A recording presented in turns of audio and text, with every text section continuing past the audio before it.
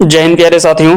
Syllabus के हम लोग अगले टॉपिक पे हम लोग आ गए हैं और आज हम लोग बात करने वाले हैं फरीच डहर से। आपको कुछ कहानियां पढ़ना है तो जिसमें से हम पहली कहानी आपको पढ़ना है फरीच डहर। यहाँ पे एक कहानी आपको पढ़ने के लिए दे रखा है फरीच डहर। तो चलिए इस कहानी को पूरा हम लोग समझते हैं। सबसे पहले तो सवाल अगर पूछ लिया जाए कि फरीच डहर कहानी किसके द्वारा लिखी गई है तो पंचम महतो के द्वारा इस कहानी को लिखी गई है। और यह फरीच डहर जो खोटा कहानी संग्रह है या खोटा कहानी गोच कह सकते हैं, उसी पुस्तक में छपी हुई यह कहानी है जिसको लिखा है पंचम महतो ने। तो अगर ये दो सवाल अगर आपसे पूछ लिया जाए तो आप तुरंत से इसका जवाब आप आसानी से दे दीजिएगा। चलिए शुरुआत करते हैं इस कहानी की। इस कहानी की अगर बात करें तो काफी ये रोचक कहानी है और एक पारिवारिक कहानी है जिसे आप पढ़ करके सुन करके और समझ करके आपको काफी अंदर से खुशी भी होगी और बहुत सारी चीजें हमें सीखने को भी मिलती है। जरूरी नहीं कि हर चीज हम केवल पढ़ाई के उद्देश्य से ही पढ़ें, इसके अतिरिक्त भी और बहुत सारी चीजें हैं जो कि हमें सीखना चाहिए, समझना चाहिए, है ना। तो उन्हीं दरमियान हम आगे बढ़ते हैं और शुरुआत करते हैं इस कहानी की। इस कहानी का नाम है फरीच डहर, हेरायल हंसी। हेरायल हंसी यानी खोई हुई हंसी, है ना। ये नाम से ही आपको पता चल रहा होगा, हेरायल मतलब होता है खोया हुआ। इस कहानी का केंद्रीय भाव भी हम लोग समझेंगे। मुख्य रूप में अगर बात करें तो यह एक पारिवारिक कहानी है जिसको हम लोग एक एक करके चीजों को समझते हुए आगे बढ़ेंगे। चलिए तो शुरू करते हैं इस कहानी की। सबसे पहले हम बात करेंगे हेरायल हंसी यानी खोई हुई हंसी। विमल बाबू जो इस कहानी के मुख्य पात्र के रूप में है, तो कुछ नाम भी आपको याद रखने हैं। विमल बाबू, नियोती, है ना, रामू, कुछ नाम जो कि इस कहानी में आपको दे रखा है, तो ये सारी चीजें आपको ध्यान रखनी है ना। अगर सवाल में पूछ लिया जाए ये नाम जो वो किस कहानी से ली गई है, तो हालांकि आगे जैसे जैसे हम लोग पढ़ेंगे तो वो सारी चीजें हम लोग पढ़ेंगे ही। यहां पे दो पात्र की चर्चा की गई है, एक है विमल बाबू और उनकी पत्नी नियोती, और दो नौकर और नौकरानी है, लेकिन बाद में ये बेटा बेटी जैसे अपने बेटा पुतोहू के जैसा हो जाती है। उसका नाम है रामू और गोरी, है ना। तो ये चार पात्र मुख्य रूप में इस कहानी में नाम आया है जिसके बारे में आपको ध्यान रखनी है। शुरुआत करते हैं कहानी की। विमल बाबू मनटा एखन ढेरे फरीच, बहुत दिने हेरायल हंसी जैसन उनकर फोगला मुहे घूर आयल है। जिंदगी सुखल रस एक बैर फैर जरे के उनकर गाते बोहे लागल है। बुढ़ती काले जिंदगी एगो ठेहाड़ मिल गेल है। कहते कि विमल बाबू का मन जो है वो आज फरीच, फरीच मतलब होता है साफ, है ना, साफ सुथरा, मतलब साफ लगना, एकदम अच्छा लग रहा है। बहुत दिन एक हेरायल हंसी जैसन उनकर फोगला मुहे घूर आयल है। ऐसा लग रहा है जैसे कि बहुत दिनों की खोई हुई हंसी जो वो वापस आ गई है। वापस आने का कारण क्या है हम कहानी में आगे पढ़ेंगे। जिंदगी सुखल रस एक बार फैर जरक के उनकर गाते बोहे लागल है। ऐसा लग रहा है कि जिंदगी के जो सारे रस जो थे, जो बिल्कुल एकदम उदासीन हो गया था, वो लगता है कि फिर से अच्छा हो गया है, रस से भर गया है और जीवन जो वो फिर से एक बार आनंदमय हो गया है। बुढ़ती काले जिंदगी एगो ठेहाड़ मिल गए। ठेहाड़ मतलब होता है सहारा। ऐसा लगता है जैसे कि बुढ़ापे काल में एक कोई सहारा मिल गया हो। थोड़के दिन आगू वो अपन जिंदगी से हाय निसार भय गेल हला, एकदम उदास रहे लागल हला। एते बड़ बंगला, सामने ढबगर बगान, एते सर समान, है ना, साजबाज मैंने ई गुला केकर खातिर की खातिर औसरक आराम कुर्सी बैस बैस भावित रहा हला।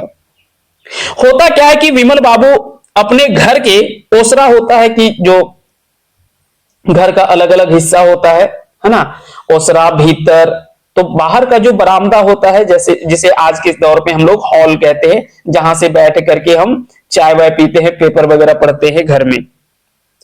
तो कहते हैं कि थोड़े दिन ही पहले वो अपनी जिंदगी से हाय निसार, यानी हाय निसार मतलब हो गया था, उदास हो गए थे, परेशान हो गए थे। कारण क्या था वो भी हम लोग आगे जानेंगे। एकदम उदास रहे लागल हला, एते बड़ बंगला, मतलब इतना बड़ा घर है।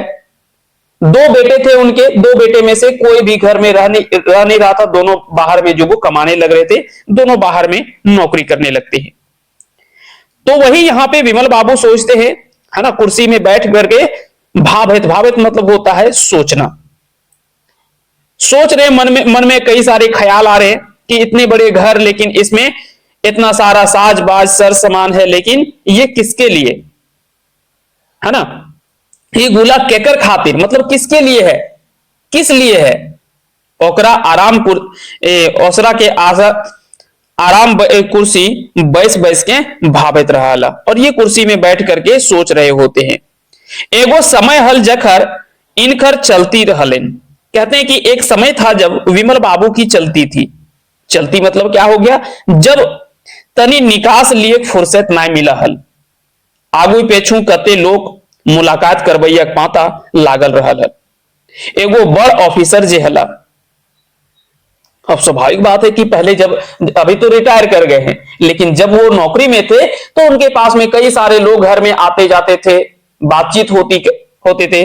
तो घर में एक अलग ही मतलब माहौल था, और हमेशा वो बिजी भी रहते थे, है ना। सांस लेने की फुर्सत भी नहीं थी। निकास लिए फुर्सत मतलब सांस लेने की फुर्सत भी उनको नहीं मिलती थी, यानी इतना वो व्यस्त रहते थे अपने जीवन पे। मुलाकात करने के लिए, यानी उनसे मिलने के लिए कई लोग आते थे, क्योंकि वो एक बड़े ऑफिसर थे। विमल बाबू के जन्म एगो गांव में किसान घर ही भेल हले।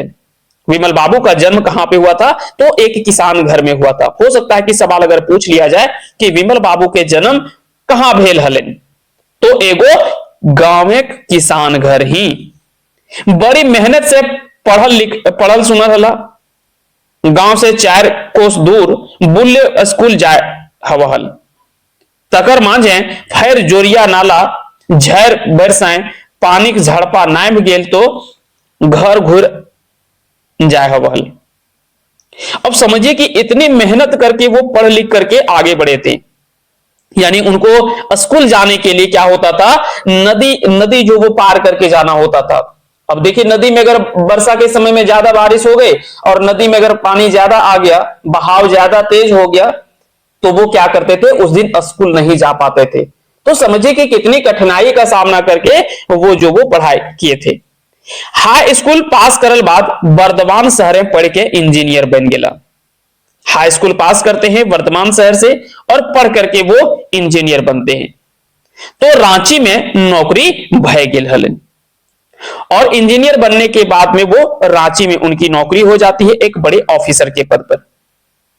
बिहा दान तो उनकर माए बापे अपन मर्जी से छोटे उम्र ही कर देल हला। मैंने तखन एगो जमाना हल जे उनकर पढ़ाई में कोनो बाधा नाय पड़ल। परे से गिरनीटी उनकर घर करना बेस से संभाल ले हली। ऐसा तो विमल बाबू ईमानदार भल पुरुषे हला। मैंने जहां काम करा हला वहां तनी हेठ ऊपर करे पर हल। अब देखिए यहां पे एक इंटरेस्टिंग बातें आ रही है इस कहानी में। अब कहते हैं कि वो थे तो ईमानदार ऑफिसर, है ना। हालांकि उनकी विवाह, कहते हैं कि विवाह उनका कम उम्र में ही उनके माता पिता ने कर दिया था, लेकिन उनकी जो पत्नी थी, जिनका नाम आगे नियोती आएगा, है ना, अभी तो नाम की चर्चा नहीं की गई है, आगे नाम आएगा, नियोती जो थी, वो उनके घर को अच्छे से संभाल लेती है। अब ये थे तो ईमानदार ऑफिसर, लेकिन जहां पे वो काम करते थे, है ना, ऐसा तो विमल बाबू ईमानदार भल पुरुषे हला। मैंने जहां काम करा हला वहां तनी हेठ ऊपर करे पर हल। क्यों? क्योंकि बांधे रह के मगर से बैर कर ले कैसे बांच तला।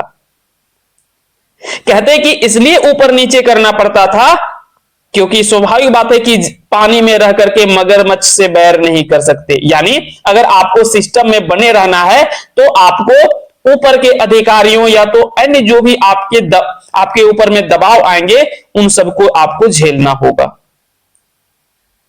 यह आज भी होता है और पहले भी हुआ करता था। तो यह हमेशा के लिए होता है। रोज के ऊपरी आमदनी से जेब भरत रहा हल। सरकारी बंगला, गाड़ी, ड्राइवर, माली सब भरल पुरल रहा हल। सही जमाना ऊपर वाला आरहो मेहरबानी करके उनका दूगो बेटा देल हला। अब देखिए ये सब कुछ तो था ही उनके पास में, और साथ ही साथ ऊपर वाले की कृपा से क्या होता है, दो उनके बेटे होते हैं। साहेब छुआ जैसने चनफनिया तैसने चेठगर, रांची शहर कते कते नाम जैसका स्कूल, खर्चा बर्चा कोनो कमी नखबे करल।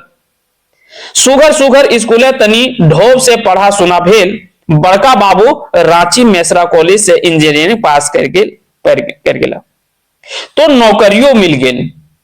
एखन उनकर पोस्टिंग पूना शहर बाटे भय गेल है। उनकर बिहा पटना शहर एक एगो बोर्ड आला ऑफिसरे पढ़ल बेटी संगे कर देलत। दहेज में मोटर कार, रंगीन टीवी, फ्रिज, सोफा, पलंग, अलमारी और कते कते सामान मिलल है। सब लेके आपन पूना जो शहर चल गेले। अब होता क्या है कि विमल बाबू के दोनों बेटे जो वो पढ़ लिख करके अच्छे स्कूल में पढ़ते हैं, क्योंकि किसी तरह से पैसे वगैरह की कमी नहीं थी, तो अच्छे स्कूल में पढ़ते हैं। और जो उनके बड़े बेटे थे वो क्या होता है, बड़ा बेटा जो था वो रांची मेसरा, है ना, रांची मेसरा कॉलेज से वो इंजीनियरिंग पास करता है। पास करने के बाद में पूना शहर में जो वो पोस्टिंग हो जाता है, और बड़े बेटे का विवाह जो है वो कहां पे हो जाता है, तो पटना शहर में एक बड़े ऑफिसर के पढ़े लिखे, है ना, बेटे के साथ में होता है। दहेज में बहुत सारे सामान मिलते हैं, लेकिन वो सारा सामान लेकर के वो कहां पे शिफ्ट कर जाते हैं, जहां पे उनकी नौकरी हुई थी, पूना शहर यानी पुणे। छोट नुनुओ कम न, कहते हैं बड़ा बेटा तो सेटल कर ही गया, तो छोटा बेटा भी कम नहीं था, है ना। वैसने पढ़े में तेज, 12वीं पास करत करत IIT में पास कर गेल हल। रुड़की में इंजीनियरिंग पास करत करत अमेरिका के एगो कंपनी ओकरा उठा के आपन देश ले गेल है, जहां ढेरे टाका का आमदनी। एखन से उही एगो बड़ लोग के बेटी संगे प्रेम ब्याह करके आपन गृहस्थी उही बसा लेल है। विमल बाबू दुइयो बेगत बड़ी खुशी भेल हला, जे जा हमर जिंदगी संवर गेल, हमर दुइयो छवन सेटल कर गेल हत। अब कहते कि बड़ा बेटा तो अपना पहले तो सेटल हो ही गया था, लेकिन साथ ही साथ छोटा बेटा भी कम नहीं था। वो 12वीं पास करता है और रुड़की में इंजीनियरिंग पास करते ही अमेरिका की एक बड़ी कंपनी उसे जो वो हायर कर लेती है, यानी उसे जो वो ले जाती है, और अच्छे खासे पैकेज के साथ उनको जो वो पेमेंट वगैरह भी मिलता है। छोटा बेटा वहीं पे अपना जो वो एक बड़े घर की लड़की को देख करके वहीं जो वो प्रेम विवाह कर लेता है, और वहीं पे वो गृहस्थी अपना बसा लेता है, यानी वो भी वहीं रहने लगता है। विमल बाबू इधर खुशी होते हैं कि चलो भाई मेरे दोनों बेटा जो है वो सेटल हो गए अपना, इससे ज्यादा और क्या चाहिए। एखन विमल बाबू रिटायर भय गेल हत। अब आगे कहानी बढ़ता है कि अब जो वो विमल बाबू जो वो रिटायर हो जाते हैं, ढेरे पैसा कौड़ी मिल लेन, तो एगो बेस ढबगर बंगला किन लेलत। रांची शहर VIP कॉलोनी बड़का गो बंगला, 7-8 गो कोठरी, चारों बाटे ऊंचा ऊंचा पचरी, भीतरे ढोबगर फूले के बगीचा, कोने बड़ सर्वेंट क्वार्टर। विमल बाबू की गिरनी मतलब होता है पत्नी, या कह सकते हैं होता है ना कि उनकी गृहिणी मतलब हो गया पत्नी। तो उनकी पत्नी नियोति के पसंद हल देख के बड़ी खुशी भेल हला। भावल हला हामिन यह ठामे आराम से सूखे शेष जिंदगी बिताए, यहां कोनो हड़बड़ कचकच नखे, शांति। अब विमल बाबू जब रिटायर कर जाते हैं तो भाई रिटायरमेंट का पैसा तो बहुत ज्यादा मिला था, तो क्या करते हैं कि रांची शहर में एक VIP कॉलोनी में एक बड़ा बंगला खरीद देते हैं। 7-8 गो कोठरी, चारों तरफ से ऊंची ऊंची दीवार है, अंदर में फूलों का बगीचा है सुंदर सा। वहीं कोने में एक सर्वेंट क्वार्टर भी है, जो कि नौकरों के लिए रखा गया था। विमल बाबू गिरनी नियोति के पसंद है, उसकी पत्नी को काफी ये पसंद आया घर, और वो बोली कि अब हम लोग जो वो बाकी की जिंदगी जो वो बड़े ही आराम से यहाँ पे हम लोग बिताएंगे, यहां कोनो हड़हड़ कचकच नखे, शांति। कहते यहाँ पे किसी तरह से झंझट नहीं है, भाई बड़ा शांति है। मैंने थोड़के दिने पर ही उनकर मनेक भरमटा भांग गेले हल। लेकिन कहते हैं ना कि थोड़े ही दिन के बाद में उनके मन का भ्रम जो वो टूट गया। क्यों टूट गया? सय सुखे शांतिक घर काटे दौड़े लागल हल। जो कुछ दिन पहले लग रहा था कि ये बड़ा ही शांति का घर है, वही घर अब जो वो काटने को दौड़ रहा था। यानी अब वहां पे वो दोनों उदास रहने लगे थे। एते दिन से आयल गेल से भरल घर है, चुहिल और गहगही से रहे वाला मानुष एखन यहां क्यों नहीं। जो घर कहते हैं कि जो घर एक समय में हमेशा क्या होता था, पूरा एकदम गहगा और गहगही, यानी पूरा एकदम सबको पूरा रहते थे एकदम मन से, पूरा हमेशा एकदम घर में गमगमाहट हुआ करता था, एक घर में एक अलग उमंग होता था। आज घर में कोई नहीं है, सिर्फ और सिर्फ है तो वो है विमल बाबू और उसकी पत्नी नियति सिर्फ बच गई है। तो ये सोच करके बड़ा ही दुखी होते हैं दोनों, है ना। तो अब कहीं ना कहीं उनके मन में ये जो भ्रम था कि अब जो वो दोनों बेटा सेटल हो गए, अब हम लोग आराम से जिंदगी जो काटेंगे, ये उनको अब ऐसा लगने लगा था कि जैसे इस घर पे कोई है ही नहीं, है ना।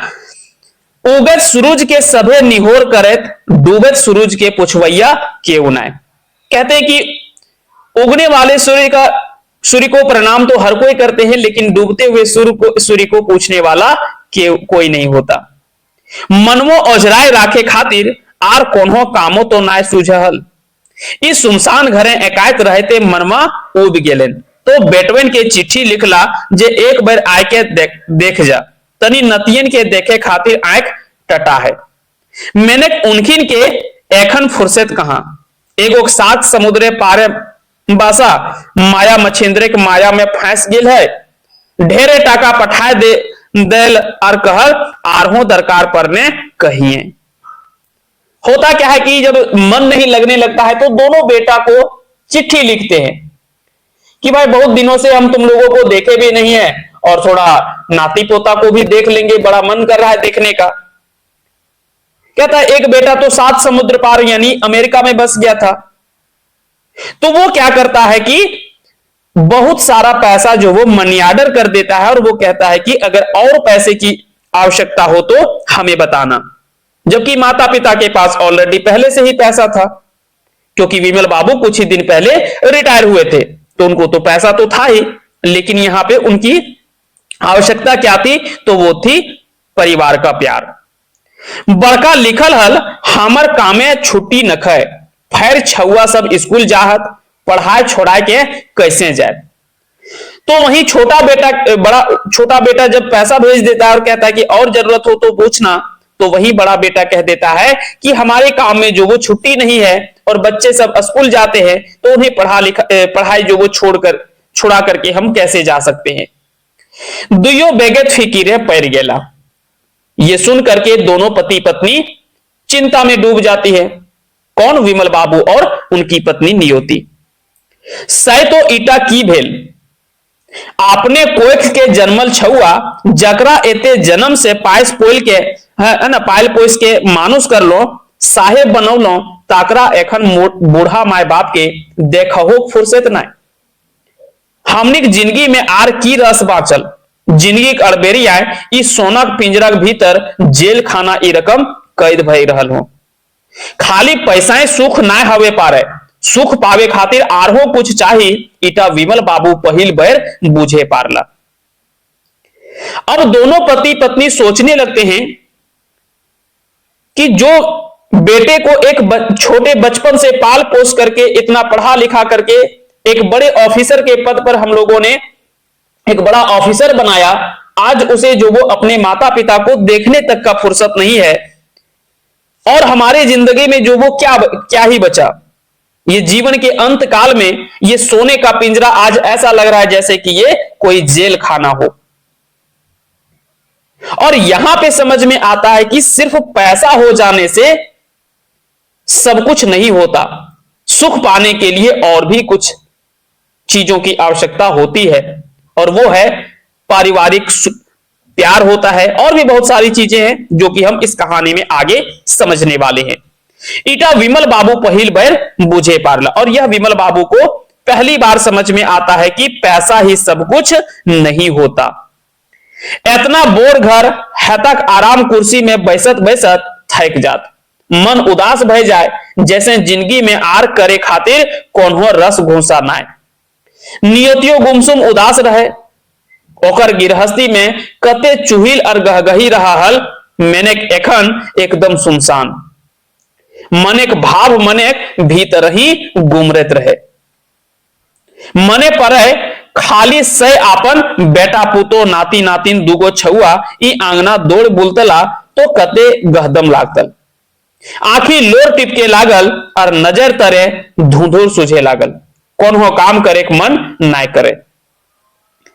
अब ये दोनों के मन में तरह तरह के ख्याल आने लगते हैं, है ना, कि इतना बड़ा घर है ना, आराम कुर्सी में बैठे बैठे मन जो वो उदास हो जाता है। और कहते हैं कि अब तो जिंदगी में ऐसा लगता है जैसे कि कोई रस भूसा नहीं बचा, यानी कुछ भी नहीं बचा है, सब कुछ खत्म हो गया है, ऐसा लग रहा है। उनकी पत्नी नियति जो है वो भी गुमसुम उदास रहने लगती है। कारण क्या है? क्योंकि उसके गृहस्थी के समय में घर में जो वो कितना उमंग हुआ करता था, लेकिन आज बिल्कुल सुनसान है। मनेक भाव मनेक भीतर ही गुमरत रहे, मतलब जो ये मन का जो ख्याल था वो मन के अंदर ही क्या कर रहा था, एकदम जैसे होता है ना कि लहर मार रहा हो, ये सारी बातें सोच सोच करके उनके मन में और ज्यादा उनको परेशान कर रहा था कि पता नहीं एक समय कैसा हमारा घर था और आज कैसा हो गया है। मने परे खाली आपन बेटा पोतो नाती नतनी दूगो छुआ ई अंगना दौड़तला तो कितना गहदम लागतल, मतलब कितना उमंग से भरा होता। अगर वो बेटा पोतो हो नाती नतनी सबको हमारे घर में होते तो कितना सुंदर लगता। और ये सोच सोच करके उनके आंखों से आंसू टपकने लगते हैं और ऐसा लगता है कि जैसे कि आंखों के सामने अंधेरा छा जाता है, कोई काम इनको करने का मन नहीं करने लगता है। भागे घर एक नौकर रामू हल, जकर से सेवा टहल भय जाहल। कहते ये तो खुशकिस्मती थी कि उनके घर का जो नौकर था रामू, उसके वजह से सारे सेवा ससुरसा हो जाता था। वो बड़ा ही नेक ईमानदार आदमी था, है ना। रामू छठ से ही ई घर एक सुसुरसा में लागल हल, ई घर एक नून खायल हल और नून एक चापे चतायल हल। कहते हैं कि रामू जो वो झट से ही कोई भी काम जो वो एकदम तुरंत कर लेता था और बड़ा ही साफ दिल का था। इस घर का नमक खाया था और उसी नमक का गुण जो वो रखा था। ई गरीबे के मने कोनो छल परपंच ना खूब सेवा करे। इसके मन में जो वो जो गरीब नौकर होता है रामू, उसके मन में किसी तरह से कोई छल परपंच नहीं होता है। और रामू एखन सियान 21 बछरे के जवान भय गेल हल। एक छोट से टूअर के आपन घर एक बेगैत रकम ओकरा मानत। दू एगो अगुआ बिहा खातिर विमल बाबू ठीन घुरला, तखन देख सुन के एगो गरीब सुशील बेटी देख के रामुक बिहा दे दिला और कहला आवरी से तोहनी दुइयो बेगैत रहबे, सर्वेंट क्वार्टर में ना, हमर हिये भीतर घर है, हमर बेटा रकम। अब यहां पे क्या होता है कि जब एक लंबे समय से एक छोटी उम्र से ही उसका जो नौकर था रामू, वो काम करते थे विमल बाबू के यहाँ पे। तो होता क्या कि उनकी शादी का उम्र भी हो गया था, 21 वर्ष का उम्र हो गया था। तो शादी के लिए एक दो अगुआ यानी जो शादी विवाह के लिए बात करते हैं तो वो आते हैं और उनकी शादी जो वो कर दी जाती है रामू की। और विमल बाबू कहते हैं कि अब तुम जो वो सर्वेंट क्वार्टर में ना रह करके हमारे घर में रहोगे, मेरे बेटे की तरह रहोगे। सही भेल हल। बिहा के बाद लयान करके रामू आपन नौतन बहुरियक लेके सय बंगला ही आ गेल हल। एते बोर घर तकर चकर मकर देख के बहुरिया गौरी भग चौंका गेल हली।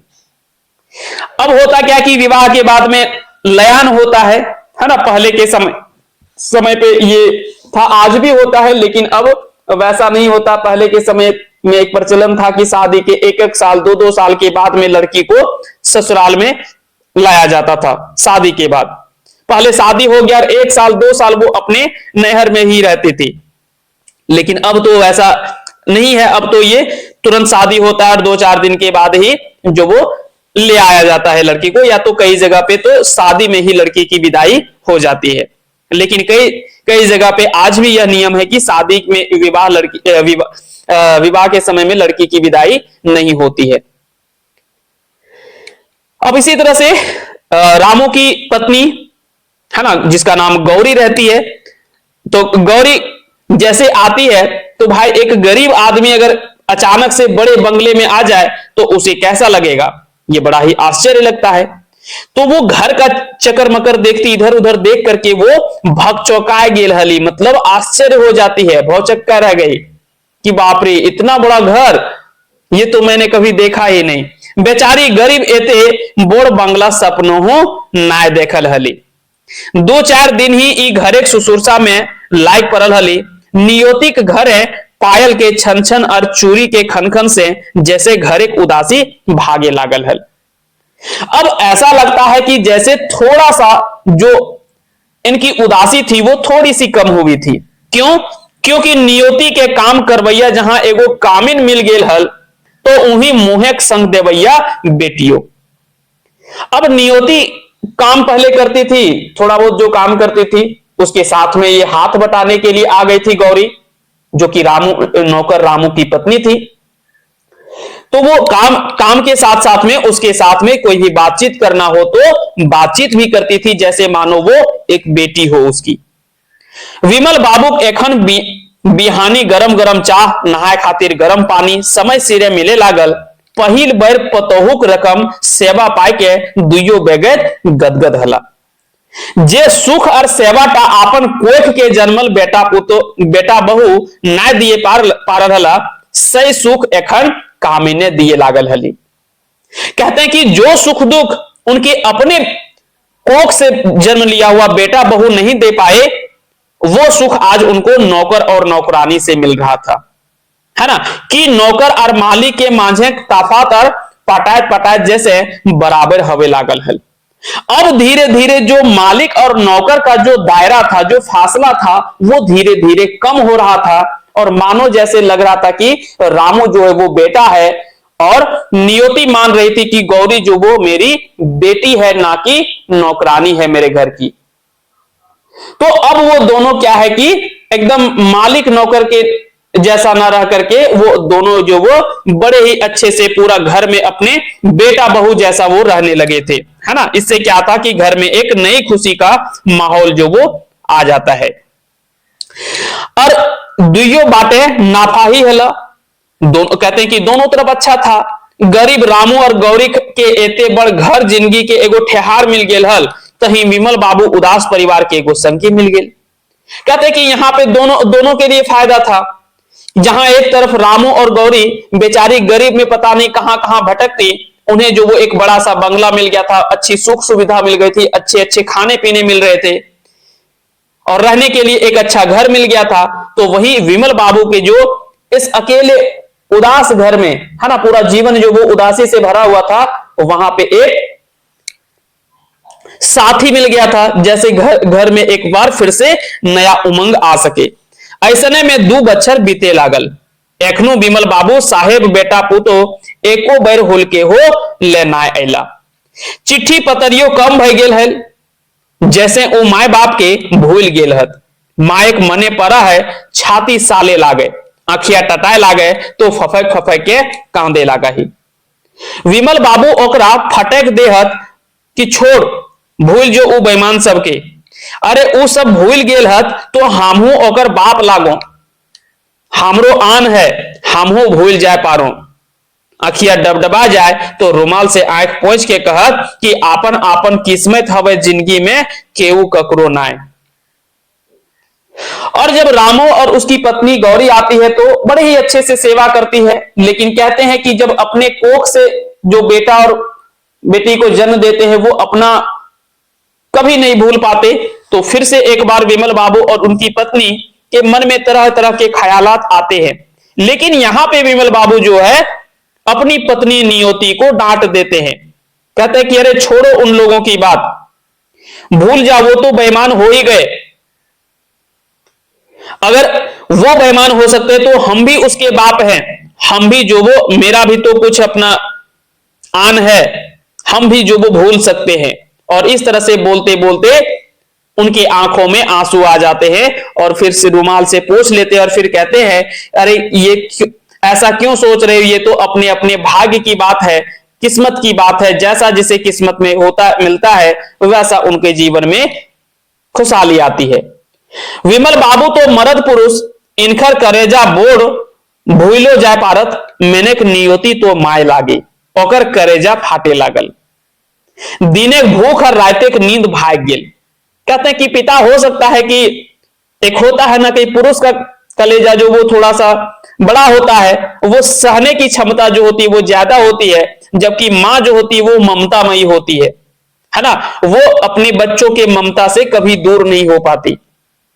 तो वो काफी परेशान होने लगती है और उनका ऐसा लगता है जैसे कि कलेजा जो वो फट रहा है, यानी परेशान होने लगी सोच सोच करके।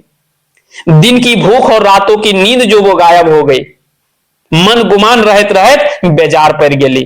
और इस तरह से एकदम चुपचाप रहते रहते क्या हो जाता है, तबीयत बीमार पड़ जाती है। बेजार मतलब हो गया बीमार, बीमार पड़ जाती है। कते डॉक्टर पानी खाटी गज गेल ही विमल बाबू लवे जानहत, धन ही गौरी जे रात दिन ओकर सुसुरसा में एक कर देलही। दवाई दारू उठा बैसा पर पैखाना साफ सुथरा इतना कोनो बेटियों नाय करे पारतली। बेटा सबके फैर खबर करल गेल जे मायक मुख देखे खाओ तो एक बार आवा, मैंने क्यों ना आवे पारला। हाँ, दूगो आरहो मनियाडर आए गेल हल जकरा विमल बाबू बेरंग घुरा देला।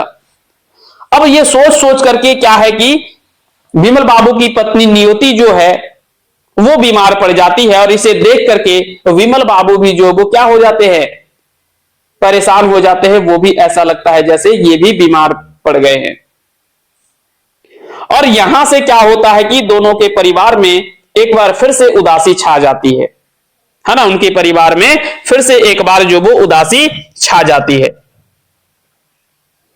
हाँ, फिर से एक बार चिट्ठी अपने बेटा को भेजते हैं कि अगर मां का अंत में अगर कहीं आखिरी बार अगर कहीं मुंह देखना है तो तुम कम से कम एक बार जरूर आ जाओ। लेकिन होता क्या है, वो दोनों फिर से नहीं आते हैं और दोनों बेटा फिर से एक मनी ऑर्डर कर देते हैं जिसे विमल बाबू गुस्से से घुमा देते हैं। महीना दिने नियति तनी सुस्तैली तो आवरी विमल बाबू पैर गेला।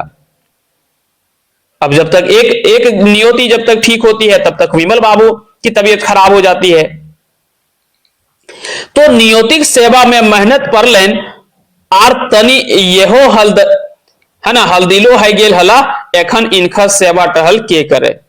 नियति तो आपने बेजारे गजल मानुस। अब होता क्या है, जब नियति की तबीयत खराब होती है तो ये सब देख करके विमल बाबू एक तो परेशान होते हैं, इधर उधर है ना भाग दौड़ करते हैं, और साथ ही साथ ये मन में जो ख्याल आ रहे थे बार बार, जो सबसे ज्यादा परेशान कर रहा था वो था बार बार मन में सोचना कि आखिर में कैसे हो सकता है कि अपना बेटा जो वो अपने माता पिता को देखने तक नहीं आएगा, ये कैसे हो सकता है। तो ये सोच सोच करके उनके मन में और ज्यादा वो परेशान कर रहा था। और इस तरह से जब तक नियति ठीक होती है तब तक विमल बाबू जो वो बीमार पड़ जाते हैं। लेकिन अब सवाल उठता है कि भाई इसकी पत्नी तो पहले से बीमार है, ये भी बीमार हो गए, तब इनकी सेवा कौन करे। एखन फिर रामू और गौरी के ऊपरे भरोसा।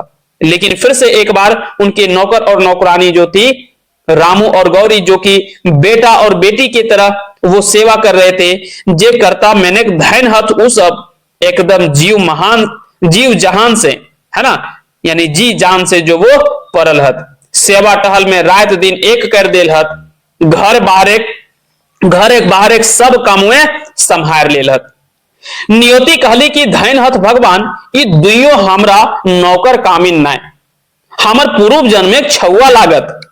उनकी के सेवक जरे विमल बाबू खाटे से उठ के कुर्सी बैसे लागला।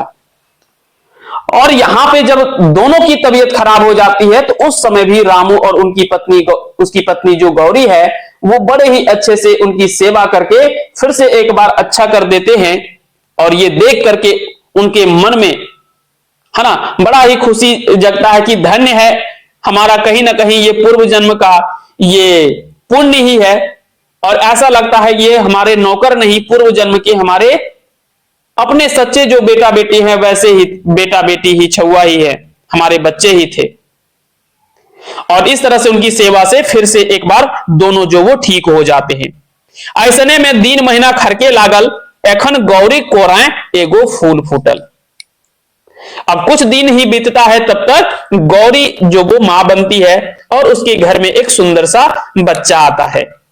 सै बंगला में कोहा कोहा हवे लागल, नियोती खुश भेल रहली, जे जा होक ई सुनसान बंगला एगो फूल तो फूटल। सै छुआटा गोड़ हाथ पटके और खुल खुल हासे। नियति बैस बैस कर रीझ देखे और मजा ले। बछर दिने नुनवा थपथपाए थोपुए, है ना, थपाए थोपुई के बोले लागले और घर आंगनाए गड़गड़ाए बोले लागल। दादा बाबा करे तो विमल बाबू के कुर्सिया धैर के घुरे लागे। विमल बाबुओ से छुआटा संग खेले लागल हत। एक बार से गड़गड़ा के गिर पड़ल और कांदे लागल। विमल बाबू दौड़ के ओकरा उठा के कोराए समेट लेला। उनकर नील देल झकझकिया धोती कुर्ताटा धुराए गड़ा गेले। गोरी दौड़ के अली और ई देख के ठठक गेली, डरा गेल हली कि बाबू की कहता। कहली कि बाबू छोड़ दिया दहाक, ई बड़ा शैतान भय गेल है, तोहर देखा धोती टा गाय देलो। विमल बाबू ओकरा पिया से झिझक देला और कहला कि ना रे बोकी, छुआ भगवान हवा है, फूल रकम पवित्र एकरा हमर संग खेले दे। आर से ओकर संगे खेले लागल। खेले में विमल बाबू एते मशगूल भय गेल हला जो उ भूल गेल हत जे ही हमर आपन वंश नाय, परेक छुआ लागे।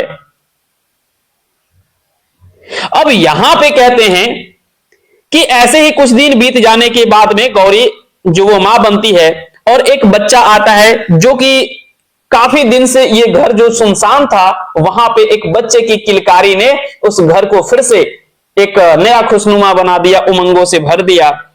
और ये बच्चे को खेलते हुए देख करके, हंसते हुए देख करके नियति जो वो बड़ा खुश होती है। और साथ ही साथ में विमल बाबू भी जो वो अपने पोते के जैसा, जो वो ऐसा लगता है जैसे ये अपना पोता हो, और उनके साथ में खेलते हैं। एक बार बच्चा जब गिर जाता है तो वो दौड़ करके जाते हैं, उनके कपड़े में दाग भी लग जाता है।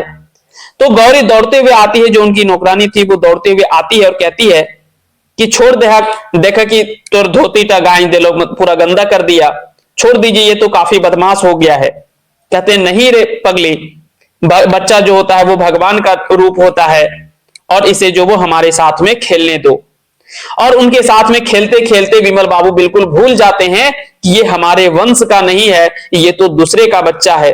लेकिन फिर उनके मन में आता है कि आपन और पर तो आपन मने के भीतर एक उपजल व्यथा हवे। कहते हैं कि अरे ये अपना और पराया, ये तो अपने मन के भीतर उपजा हुआ भ्रम है। हम कह देते हैं ये अपना है वो पराया है। ना तो जे आपन कामे लागे सैटा आपन, और जकरा आपन कहो से यदि दुखे सुखे कभू कामे न लागल, सेटा उ कैसन आपन। कहते हैं कि ये तो अपना और पराया कहने की बात है। जो समय पर साथ दे वही अपना होता है, और जो समय पर अगर साथ ही ना दे, सुख दुख में कभी काम ही ना आए, तो वो फिर कैसा अपना हुआ। और इस तरह से ये सोच के साथ में विमल बाबू दुयो बेगत ओसराए बैसल हत। विमल बाबू जो वो दोनों पति पत्नी ओसराए बैठते हैं, वहीं पे गौरी उनका नाश्ता और चाह आन के दे देली। रामू घरे कामे मशगूल है, नुनवा उही आंगनाए खेले लागल है। चाहे चुस्की लेके नियति कहली कि बेचारा गरीब ई सब हामिने कत्ते सेवा करत। अब विमल बाबू दोनों पति पत्नी घर में बैठ करके चाय पी रहे होते हैं, तब तक चाय और नाश्ता ला करके देती है गौरी। रामू भी अपने घर में काम करने में व्यस्त है। बच्चा जो है, यानी रामू का जो बच्चा है, वो भी खेल रहा होता है घर पे। चाय की चुस्की लेते हुए नियति कहती है कि बेचारा गरीब ये सब हम लोगों की कितनी सेवा करते हैं। विमल बाबू कहते हैं कि हाँ रे, इनका सेवा का दाम हामिन की दिए पारब, आबरी हामिन गाछे के पाकल आम भय गेल हो, कखनो टिपक जाए पारो, तो कि ई सब के कर्जा लेके जाए। विमल बाबू कहते हैं कि हाँ रे, इनकी सेवा का दाम जो वो हमें, इनकी सेवा की कीमत हमें, क्या हम कभी इनकी सेवा की कीमत दे पाएंगे क्या? अरे हो सकता है कि हम धन संपत्ति दे सकते हैं, लेकिन जो इन्होंने सेवा किया है उसकी कीमत हम कभी नहीं दे सकते हैं। और कहते हैं कि अब तो हम लोग, ऐसा लग रहा है जैसे कि पका हुआ आम है, कभी भी टिपक सकते हैं, यानी अब तो हमारी उम्र हो गई है, कभी भी हमारी जान जा सकती है, कभी भी हम लोग दुनिया छोड़ सकते हैं। तो क्या इनका कर्जा जो वो हम लोग लेकर के जाएंगे? तो नियति कहते हैं, तो कुछ काहे ना कर दहक। तो नियति कहते हैं, तो फिर कुछ सोचिए, कुछ कर क्यों नहीं देते इन लोगों के लिए। विमल बाबू निसास लेके कहला, हाँ कुछ तो कर हे हवत। विमल बाबू सोचते हैं और कहते हैं कि कुछ तो जरूर, एक लंबी सांस लेते हैं और कहते हैं कि कुछ तो सोचना ही पड़ेगा, कुछ तो करना ही पड़ेगा। ऐसे में दुइयो गंभीर भय गेल हला और खूब विचार करके तय कर लेल हला कि एक दिन वकील डाक के आपन संपत्ति के वसीयत कर देला, और आधा संपत्ति मरल बाद एगो धार्मिक ट्रस्ट के हवत और आधा रामू के। दोनों गंभीर विचार करते हैं, दोनों पति पत्नी सोचते हैं, काफी लंबे सोचने के बाद में एक दिन वकील को बुलाते हैं और वसीयत नामा करते हैं। अपनी आधी संपत्ति को एक धार्मिक ट्रस्ट के नाम कर देते हैं और आधी संपत्ति जो कह देते हैं कि ये हमारा जो नौकर है रामू है, मैं उसके नाम करता हूं। आज विमल बाबू के मन एते हलुक भय गेल है, जैसे जिंदगी के कते बोर भार मोड़ से नाम गेल है। आज ऐसा लग रहा है जैसे विमल बाबू के मन बड़ा जो वो हल्का लग रहा होता है ना। ऐसा लग रहा था कि जिंदगी की कितनी बड़ी भार उनके सर पे था, वो आज जो वो उतर गया है। आपन खुशी से भर के से छुआटा संग छुआ भय के खेले लागल है और खटखटा के हंसे लागल है। आज एते दिने उदासी टूट के सब दुख भुला गेल है, जैसे उनकर हेराल हंसी फिर घूर आयल है। और ये सब सोच करके एकदम बिल्कुल मगन हो जाते हैं और वो भूल जाते हैं कि हमारा कोई अपना बेटा भी है, और वो इतने व्यस्त हो जाते हैं, अपने पोते के साथ खेलते हैं और एकदम बिल्कुल अपना मस्त से अपने घर में रहने लगते हैं और अपने बेटा को लगभग लगता है कि भूल ही गया हो। हाँ, ऐसा लगता है कि उनकी जो खोई हुई हंसी थी वो फिर से वापस आ गई है। और इसी का कहानी का जो नाम रखा गया है हेरायल हंसी, ये कुछ यहीं से लिया गया है, कहानी का जो शीर्षक है ना। आइए थोड़ा सा इस कहानी के बारे में हम लोग संक्षिप्त में हम लोग समझने का प्रयास करते हैं कि मोटा मोटी इस कहानी में हम लोगों ने क्या सीखा, क्या समझा। हेरायल हंसी कहानी का मुख्य भाव यह है कि सच्चा सुख और जीवन का संतोष भौतिक धन दौलत या सामाजिक प्रतिष्ठा में नहीं है, बल्कि प्रेम, सेवा और मानवीय रिश्तों की गर्माहट में निहित है। कहते हैं कि हेरायल हंसी कहानी ऐसी कहानी है जिसका सच्चा सुख और जीवन का संतोष जो है, ये हमारे भौतिक धन दौलत या सामाजिक प्रतिष्ठा में नहीं है, बल्कि प्रेम, सेवा और मानवीय रिश्तों की गर्माहट में निहित है। यह कहानी विमल बाबू और उनकी पत्नी के जीवन के उस दौर को दर्शाती है जब वे सेवानिवृत्ति के बाद अपने बड़े और आलीशान बंगले में अकेले रह जाते हैं। उनके दोनों बेटे, जिन्हें उन्हें बड़े जतन से पढ़ा लिखा करके काबिल बनाया, विदेशों में अच्छी तरह से बस चुके हैं और अपनी दुनिया में इतने व्यस्त हैं कि उन्हें अपने बूढ़े माता पिता की सुध लेने की भी फुर्सत नहीं है। धन संपत्ति और सारी सुख सुविधाएं होने के बावजूद विमल बाबू और उनकी पत्नी का जीवन उदासी और अकेलेपन से भर जाता है। उनकी खोई हुई मुस्कान तब लौटती है जब उनके नौकर रामू और उसकी पत्नी गौरी निस्वार्थ भाव से उनकी सेवा करते हैं, रामू के बेटे के जन्म के बाद घर में आई चहल पहल और बच्चे की किरकारियों से उन्हें वह खुशी मिलती है जिसके लिए वे तरस रहे थे। अंत में विमल बाबू यह महसूस करते हैं कि खून के रिश्ते ही सब कुछ नहीं होते, सच्चा रिश्ता वह है जो दुख सुख में साथ निभाए। इसी एहसास के साथ में वे अपनी संपत्ति का आधा हिस्सा एक धार्मिक ट्रस्ट और आधा हिस्सा रामू के नाम कर देते हैं। इस प्रकार कहानी यह गहरा संदेश देती है कि अपनेपन का आधार प्रेम और कर्तव्य है, ना कि केवल जन्म का संबंध। कहते हैं कि कहानी के अंत में यह एक गहरा संदेश देता है कि अपनापन का आधार केवल प्रेम और कर्तव्य है, ना कि केवल जन्म का संबंध। कि अगर हम उसका बेटा है तो हम ही मतलब सब कुछ उसके मालिक है या वही सब कुछ है, तो ऐसा बिल्कुल भी नहीं है। हम एक उस रिश्ते के नाते, है ना, साथ ही साथ में हमारा यह भी बनता है, फर्ज बनता है कि उसमें प्रेम और कर्तव्य हमारा जो है वो निहित होना चाहिए। आइए कुछ इस कहानी में आए हुए कुछ कठिन शब्दों को हम लोग देख लेते हैं जो कि आपके लिए जानना आवश्यक है। जैसे कि एक है शब्द फरीच। फरीच मतलब होता है साफ, स्वच्छ या निर्मल। फोगला मुंह मतलब बिना दांत वाले मुंह में। ठेहार मतलब सहारा, ठिकाना या आश्रय होता है। हाय निसार यानी निराश या हताश। ओसरक माने बरामदे का। चनफनिया यानी चंचल या फुर्तीला। चेठगर यानी होशियार या जागरूक। भग चौकाए मतलब हक्का बक्का हो जाना या आश्चर्यचकित हो जाना। गहगही मतलब चहल पहल या रौनक होता है। आंख टटा है मतलब आंखें तरस रही है।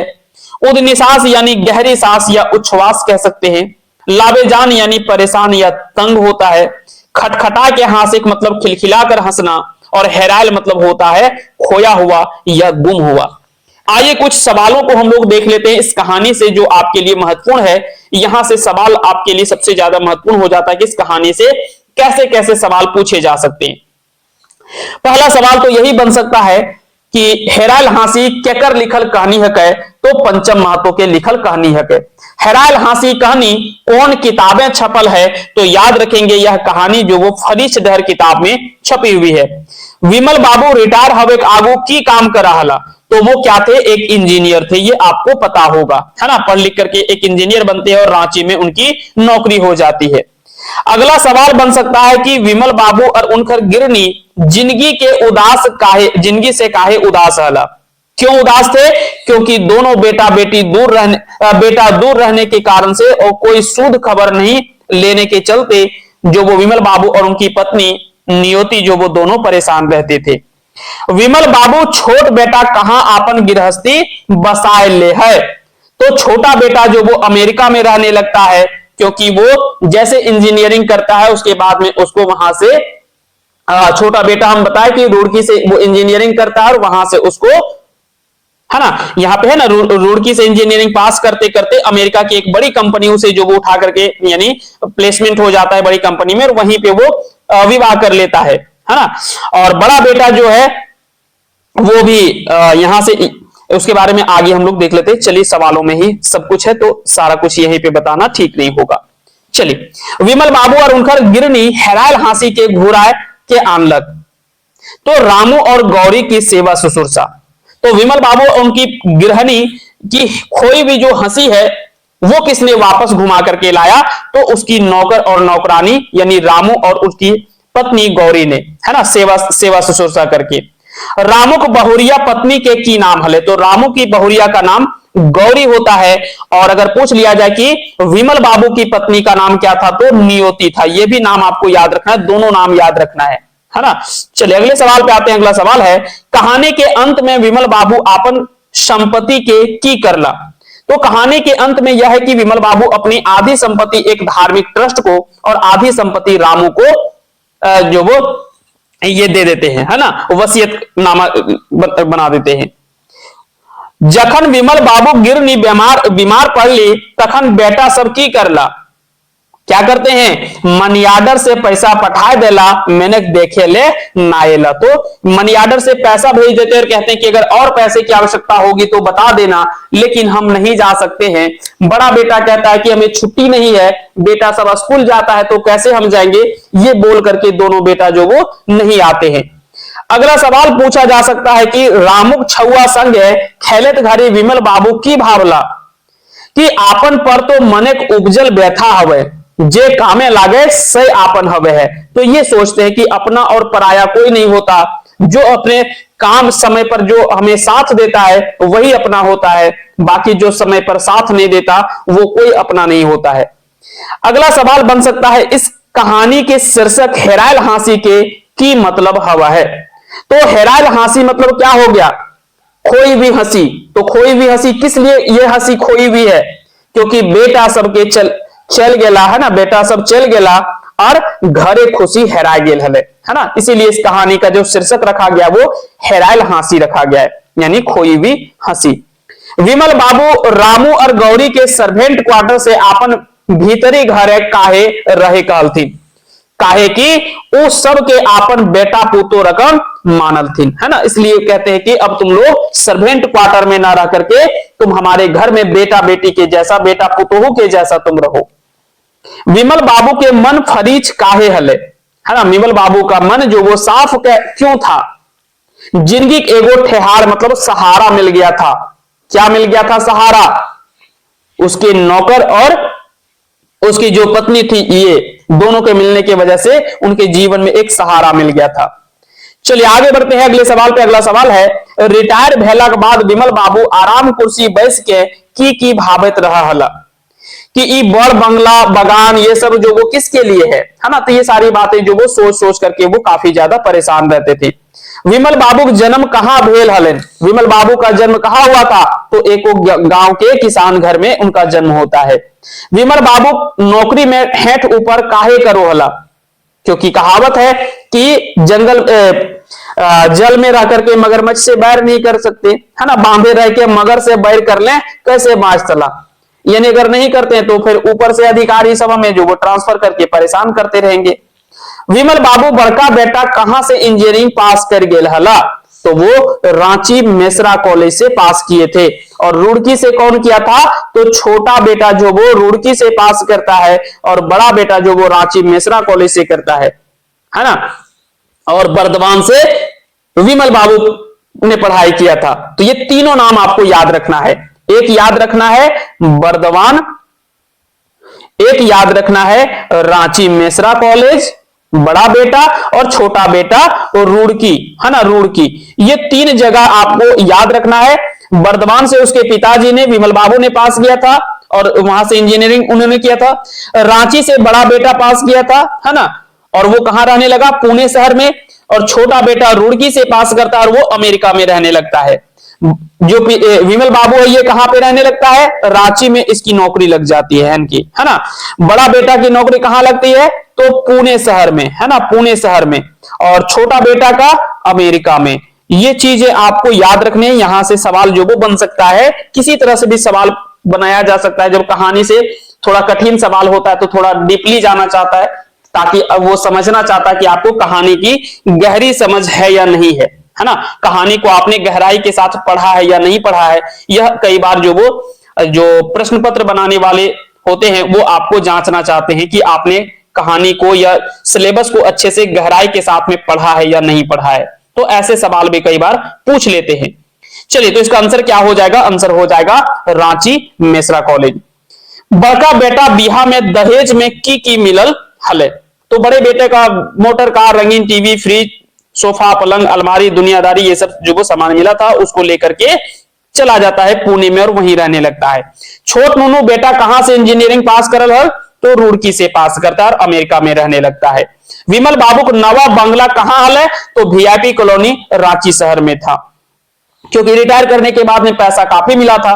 उगत सूरज के सभे निहोर करे, डूबत सूरज के पुछवैया क्यों ना, ये बात केकर खातिर कहल गेल है, तो यह बात जो वो विमल बाबू के लिए कहा गया है रिटायर होने के बाद में, कि जब हमारे पास में नौकरी था, सारा कुछ चहल पहल था, उस समय जब हमारे पास में शरीर स्वस्थ था तो उस समय हमारे पास सब कोई था। लेकिन आज जब हम बुजुर्ग हो गए, आज हम जब वृद्ध हो गए, जब हमारा हाथ पैर नहीं चल रहा है, तो आज हमारा साथ जो वो सब छोड़ दिया है।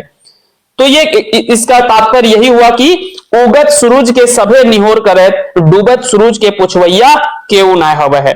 तो इसका आंसर हो जाएगा ऑप्शन सी।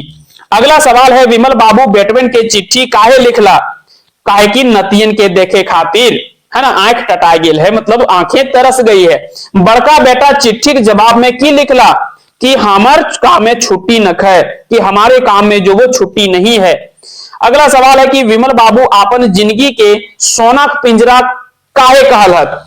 सोना के पिंजरा इसलिए कहते हैं कि काहे कि पैसा कौड़ी रहियो के वो कैद रकम एकाय रहा है ना, इसलिए सोने का पिंजरा कहते हैं कि पैसा कौड़ी रहने के बाद भी वो ऐसा लग रहा था जैसे कि वो जेल खाना में कैद हो गए हैं, है ना। रामू कैसन लोग हल, रामू ऐसा लोग था जो कि नूने चापे चतायल हल, मतलब एहसानमंद था, वो कभी एहसान नहीं भूला और खूब सेवा करने वाला एक नेक और ईमानदार, जिसके मन में किसी तरह से छल और प्रपंच नहीं था, खूब सेवा करने वाला था, एक ईमानदार नौकर था। और यही कारण है कि विमल बाबू और उनकी पत्नी की खोई हुई हंसी जो वो वापस आ जाती है इसी नौकर की बदौलत। एते बड़ बंगला देख के बहुरिया गौरी की भाई गेले तो वो भग चौका गेल हली, मतलब हक्का बक्का हो गई, है ना। पर मतलब हक्का बक्का उसका बंद हो गया कि बाप रे इतना बड़ा घर तो आज तक हम सपने में भी नहीं देखे थे। गौरिक ऐला से बंगला में की बदलल तो घर की उदासी जो वो भागने लगती है ना। तो इसका आंसर हो जाएगा ऑप्शन ए। अगला सवाल है विमल बाबू के गिरनी नियोती काहे बेजार पड़ गेली। तो बेटा सर के याद में मन जो वो गुमान रहने लगता, चुपचाप रहने लगी, जिसके वजह से सोच सोच करके वो बीमार पड़ जाती है। बेजार मतलब होता है बीमार पड़ जाना। सवाल है कि नियोतिक बेजारे के ओकर शुश्रूषा सेवा कर ले, तो गौरी जो है वो उसकी सेवा शुश्रूषा करती है। बिल्कुल ऐसे लग रहा था जैसे वो कोई नौकरानी नहीं उसकी बेटी है। और यही तो नियति कहती भी है कि धैन ही गौरी जे रात दिन ओकर शुश्रूषा में एक कर देल ही, है ना। अगला सवाल है कि गौरी कोराय फूल यानी गीदर फुटला से सुनसान बंगला में की बल है, तो वहां पे बच्चे की किलकारी गूंजने लगी, है ना। कोहा कोहा हवे लागल मतलब बच्चे की किलकारी से पूरा घर जो है वो पूरा क्या हो गया, गूंज उठा।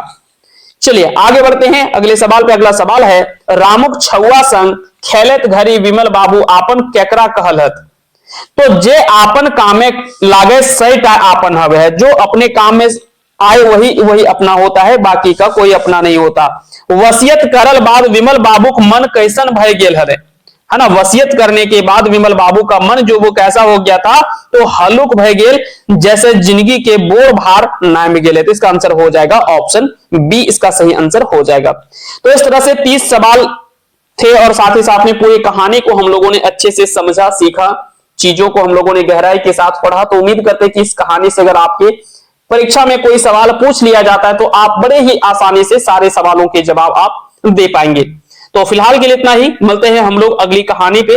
जो आपको सिलेबस में अगली कहानी दे रखा है वो हम सिलेबस के हिसाब से हम लोग पढ़ते हुए आगे बढ़ेंगे। तो फिलहाल के लिए इतना ही, मिलते हैं हम लोग अगले सेशन में। तब तक के लिए आप सभी को बहुत बहुत धन्यवाद। इसमें आप एक सुधार कर लेंगे क्योंकि क्लासेस की शुरुआत में हमने क्या है कि बार बार यहाँ पे हेरायल हांसी कहानी के जगह पे बार बार हमने फरीच डहर शब्द का इस्तेमाल किया है। ये थोड़ा सा ये मिस्टेक कह सकते हैं, तो इसे आप थोड़ा सा जरूर मान लीजिएगा। हमें हेरायल हांसी कहानी बोलना था, लेकिन बार बार हमारे मुंह से जो वो फरीच डहर निकल गया है, तो इसे थोड़ा सा आप मैनेज कर लेंगे और चीजों को समझ लीजिएगा। ये खुद से थोड़ा सा समझ लेंगे, ये हमारे तरफ से ये थोड़ा सा मिस्टेक है, इसे आप सुधार लेंगे। हेरायल हांसी कहानी है और फरीच डहर जो वो पुस्तक है ना। ये थोड़ा सा हम स्पष्ट कर दे। हेरायल हांसी, ये हेरायल हांसी कहानी है और फरीच डहर जो वो पुस्तक है। इसके लेखक कौन है इस पुस्तक के? इसमें कुल 13 कहानी है, यह भी हम स्पष्ट कर दें। इसमें से कुल 13 कहानी है। माध्यमिक आचार्य में कुल 4 कहानी पढ़ने के लिए दे रखा है ना। माध्यमिक आचार्य में कुल फरीच डहर से 4 कहानी पढ़ने के लिए आपको दे रखा है। वो भी हम सिलेबस में आपको दे रखा है, तो वो सारी चीजें तो आपको पता है ही कि कौन कौन सी कहानी आपको पढ़ने के लिए दे रखा है यहाँ पे, है ना। मुख्य रूप में सिलेबस में डिस्कस भी किया गया है कि 4 कहानी है। जैसे कि सोंध माटी से 4 कहानी आपको पढ़ने के लिए दे रखा है। पहले उबार, मलकी बहू, ओद दीदा और हूब, ये 4 कहानी जो है ये सोंध माटी कहानी से लिया गया है। उसके बाद में फिर आपको 4 कहानी पढ़ने के लिए दे रखा है। हेरायल हांसी, उदासी, दीदी जी और कर्मा। है ना। ये 4 कहानी फिर आपको अलग पढ़ने के लिए दे रखा है, ये फरीच डहर से। फिर उसके बाद में जो 4 कहानी अलग अलग आपको दे रखा है, ये अलग अलग पुस्तक है, निमछिच की, चटाइन कोचक बुढ़ीन, है ना, जमी खाक और दातुन वाली बुढ़िया। तो ये अलग अलग पुस्तक है और उसके उस पुस्तक से एक एक कहानी जो वो लिया गया है। तो यहां पे केवल आपको ये नाम आपको ध्यान रखने हैं और उसके लेखक के बारे में आपको पता होना चाहिए कि इस कहानी को मोटा मोटी किसने लिखा है, और कहानी के बारे में तो जो भी है वो तो डिटेल में हम लोग बात कर ही रहे। तो इतनी बेसिक जानकारी आपके पास में होनी चाहिए, बाकी का थोड़ा सा ये हमारी तरफ से ये मिस्टेक था, इसलिए हम थोड़ा सा आपको स्पेशली बता दिए। चलिए, बहुत बहुत धन्यवाद आप सभी का एक बार फिर से हमारे साथ में जुड़े रहने के लिए।